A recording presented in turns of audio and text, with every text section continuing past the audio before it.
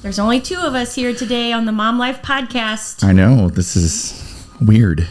So we're going to give this a try. Josh's job, I told him before we started. One job. He has a lot of jobs, actually. I take that back. But I gave him the main job of keeping me on track and not letting me reel me in if I go off on a rant or a tangent, because when Jeff told us he wasn't going to be here today, like, Josh and I have this thing about sometimes being like, oh, well, while the cat's away, the mice will play, and we just don't record. But we decided that we were going to do it. So, hey, yay, us. We're in. Win. We have a win that we've sat down and done this, and now our next goal is to bring something that actually Josh and I have chatted probably more recently about over the past couple weeks. Last night I came to him and I was like, hey, I think something that I see a lot of people struggle with in anything really, but in health and fitness specifically, even could be in your nutrition and your diet though, is this notion of how resting or including rest in the process of something, it's viewed as negative instead of part of the process. Mm-hmm. Just taking a break, period. Yeah, just taking a break from whatever it is you're working on, because like I asked Josh and he'll answer me now, how often have you started something new and you have this plan, I'm going to go all in, I'm going to go all the way, everything is going to I've got this all lined up, it's going to work out perfectly, and then you get burnt out. Oh gosh, more times than I can count. Right. And so I think, what a lot of people miss in the part of the process, and I know Josh will agree with me, because especially he may see this in from a nutrition standpoint, I'm seeing it from the training standpoint, from injury standpoint, from anywhere, is just that when people get to the point where where a rest would be the step, it's actually, we quit. Mm-hmm. We stop, because we are like, well, we cannot sustain this pace we're at, so it must not be working. So instead of adjusting my schedule or adjusting whatever I'm working on, I'm just gonna quit. I'm not and gonna then do that it quit anymore. Turns into weeks or months, or I'm going to start on January 1st. Yes. And so what we wanted to talk to you guys about today, and this is my goal, is to try to give a couple examples, and then also what our suggestion would be to, if you recognize this pattern in yourself, how am I going to try to recognize this next time before it takes over and I'm in a pattern of just like stopping and starting, which we've been talking about so much these last few weeks, especially when we're talking about weight loss. Like this applies across the board, whether it's I'll throw my husband under the bus, a project at home. He doesn't watch. So yeah, he doesn't watch. He doesn't pay attention to this. So, but just like, it's everywhere, mm-hmm. right? And so one thing that I wanted to start with, and I was going to share a personal experience from it recently, and I'm sure Josh has one. We both probably have one on this. But a few months ago in the gym, I hurt my knee. And we are all, Jeff, Josh, and I are training for a to me, it's the most challenging event that I have ever trained for to date. And I hurt my knee in the gym a couple months ago in March. Actually, it was a few months ago. Time is flying. I know. And the first thing I did was I rested it for a few days. And then I immediately was like, oh, well, I think it's just time to return to my normal pattern. Let's just get back to normal. It's going to work itself out. Well, it didn't. And what happened was I ended up going from a rest cycle to it feeling better to not feeling better. And I just repeated that for weeks and weeks and weeks. Finally, I did ask for help, and now I am back in motion. But this is something I see sideline a lot of people as an injury. And instead of seeing how they can incorporate rest into the process of healing and still keep doing what they can, this turns into a situation where I see people just quitting. Mm-hmm. And would that take you start to finish? Maybe a month maybe 6 weeks? Yeah, so start to finish. So the first month is when I'll just call myself out. I just effed around because we were going to Sedona. And I was afraid that getting the true help from Dr. Isaac, shout out to Marcus and Isaac over at Alvarado. Thank you so much for all that I know you do for a lot of people here at Pulse, but for me, you guys helped get me back to where I'm at today. But I effed around, and then I didn't want anybody to tell me I couldn't hike in Sedona.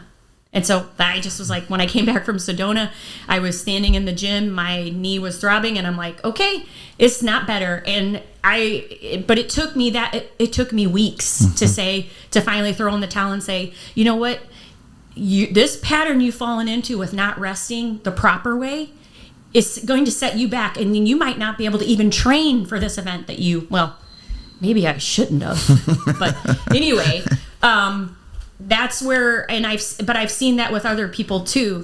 They'll come in, they'll be talking about an ache or a pain. I will say, hey, let's cool it on this. And while I think their eyes and their eyes see me and their ears hear me, the brain is saying something like, I'm going to push through.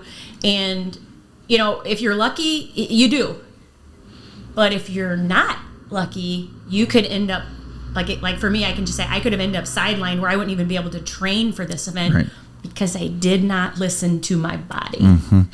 I've got a similar one that I went through this spring, and I've shared on previous podcasts I commended myself at the time for seeking help, because that's one thing that I hadn't done in the past. During our check-in, we talked about that. Yep. And I started having some shin splint and lower leg issues, and I sought help very quickly. But I had a race, a half marathon, the first week of May, and I battled through a lot of pain during the month of April. We had a miles challenge going on here. I'm pushing and trying to get the things in, and still wanted to do well in this race because I had worked so hard. But to our conversation today, as soon as that race got done, I took some time off and had about 2 weeks where I think 1 week I took about 6 days in a row just off, got my gym workouts in, continued the nutrition, but I didn't go for a run. I let the legs heal. And then I started back with another week of some moderate walking and jogging, and then got back into it because I do have another race coming up. And again, our adventure in September that I'm training for. But now we're a month down the road, and I feel great.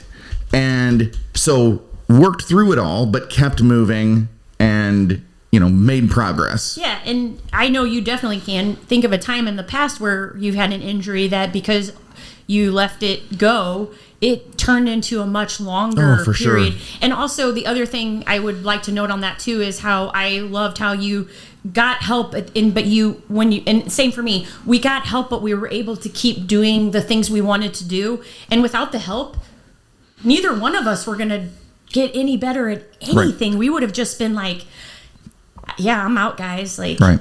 And let's also say that during that time we were getting help, things looked different. I know because we've talked about it. You were frustrated as hell because I'd get ready to go out for a run, and you're like, "Oh, you're running." I'm not effing running. I have to go walk, or I can't do. You weren't doing the things that you wanted to do, but it's a means to an end. Yes. And I think, it's important to note too that with that help, I got the prescribed amount of, I got help in knowing hey, do this, don't do that. And guess what? I'm not repeating the pattern anymore because I got help. Okay, I'm ranting. Okay, I think we've reached a ranting point for me. Yep. So again, seeing this in injuries is a big spot where I see people go all in and push through, and then they end up having to quit for longer than they wanted to because rest was not part of the process. That rest can also go to the mental aspect. Yes. So let's talk a little bit about that, because whether we're training, and then before we're done, I'd like to talk a little bit about the nutrition aspect of taking a rest from not nutrition, but the grind of all of it. The physical grind of, or the mental that from the physical of exercise or running or biking or whatever the activity or whatever we're training for, the day in, the day out.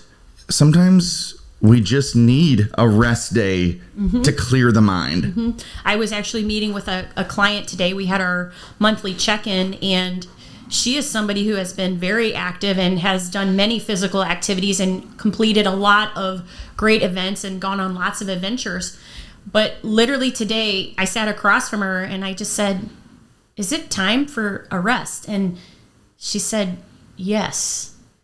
But then we had to go into the mental part about what that meant, because she immediately took it as a negative, that she was a failure. And we immediately had to reframe it to saying, no, this is just going to be part of the process right now. And when you're ready, we will return to that habit that you want to continue doing. But right now, the mental stress of thinking about it, it's just time to, it's just time to step back. She's not quitting everything. She's just taking a step back from a couple things that have actually been causing, when she thinks about them, they're causing her more stress than they're helping her get through something. And so just, I think that's a really great point, because I know a lot of times we just are beating ourselves up in our head constantly. And again, reframing it to what it means, what it actually means versus what you think it means is a big step. And I know you and I are big on the mindset stuff, and really taking a time to reflect, and it's an important step, one that should not be skipped, just like rest. Right. And even more so, like last week we were talking about that summer sabotage. This is a busy and a different kind of busy time of year.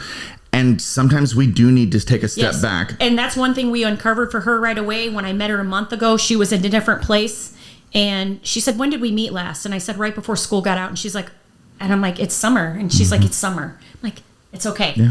Okay, she had a focus. She left here with that. And we're going to check in on again in a few weeks. But again, rest can be part of any process. So let's shift over to nutrition. Sure. So we are all doing different things nutritionally. So rest can mean different in any aspect. I'll just throw this out. For instance, if you're a person that is tracking your food diligently every day, it's a lot of work to track food, both mentally and the physical grind of typing it in or writing it down. Maybe once a month or a couple of times a month, or for a 3-day period, maybe take a break from it. This is, we're in enough of a routine. Is everything going to go to hell if we don't write it down for 3 days? No. The answer is no. It is not. And I know, again, this is part of that, the all or nothing mindset. I'm going to go in and I'm going to do this perfect, and I'm going to start here and it's going to stop here. And, tracking is, one example, and then just learning, how to be flexible too, and say that, like you said, just because I'm not tracking doesn't mean I'm in a free-for-all eating zone. It doesn't have to be perfect. It could just be what you ate. Yeah. If you're eating a lot of the same things, then you're just eating a lot of the same things, but you're not micromanaging what it looks like on a tracker. Yeah. And just people who we've worked with, because tracking is, when you, in our Mom Life Transformation Program, we are not tracking macros. We are not micromanaging those habits. We are laying those foundations so that we can learn how to eat to feel good. Right. And instead of gauging, is this food good or bad? Now we're gauging, how does this food make me feel? On a date night, it might, dinner out feels good. But if it's hitting the drive-thru every night after baseball games during the week, those don't feel as good, right? No. And so, again, resting, adjusting, learning how to make your schedule fit so that it feels good and manageable, so that we can reduce stress. And like we highlighted last week, especially when moms work on things like this, everybody wins around her when we're taking care of ourselves and running ourselves into the ground and trying to keep up with a schedule that never stops and never taking time to rest. Also, I should just mention that rest might mean stepping away from your day and having 5 minutes alone to breathe, right? Yeah, for sure. We're not designed to be on 24/7, none of us. And I know that we live in, the time we live in is everything's very automatic. I can have groceries delivered to my house in minutes, Instacart, DoorDash, all these things. It's we are so used to all this instantaneous stuff that I've even talked to some moms who are like, when they do have extra time in their day, and you might experience this too, you're almost like, whoa, what should I do here? And it's an immediate response to want to fill it with more. Now that's the mom side of it. That is the dad side of it. Oh, is this the dad side? Hold on. That I was just gonna say, I don't have any problem going in and taking a nap in the chair, and I know that Bill can do that too. Yeah. And there's nothing wrong with naps. I know plenty of moms who nap. I'm just not a napper. Right, but moms have that another level of, this doesn't feel right. What should I be doing? Yeah, like I'll be like, look at my clock, and I'll be like, I have 30 minutes that I really actually could do like whatever I wanted. And then I'm like panicking, like, what can I do that's going to make things something better somewhere for someone else? And let me take that one step further, because we are in summer and this is vacation season. Vacations are just that. Like, we don't have to fill it. We don't have to stress out. Have a plan, but then be ready to adjust and take the time, the downtime when it's there. Yes. So, have we ranted enough on this one? I feel like probably so. I think we're there. Okay. So, if you've listened this far and you've taken something valuable from it, my advice, my suggestion, this is even for me too, because everything we talk about on these podcasts, we are dealing with ourselves. We're helping other people work through it, but recognizing that rest is part of the process, and that rest can look different in different ways on different people. But as always, the goal is to find the things that make you feel good, the things that make you feel your best, and taking the time to do that and find peace and stillness in your day if there's a minute or two to do it, and not always think we have to be filling our calendars with everything. Busyness does not always equal productive. Sometimes doing too much, whether you're overdoing an injury, or you're mentally overthinking something, or you're thinking that your nutrition has to be perfect for you to be successful, is not necessarily going to get you there faster. Well said. Okay. All right. Well, thanks for tuning into this episode, and we'll see you guys next time. See ya.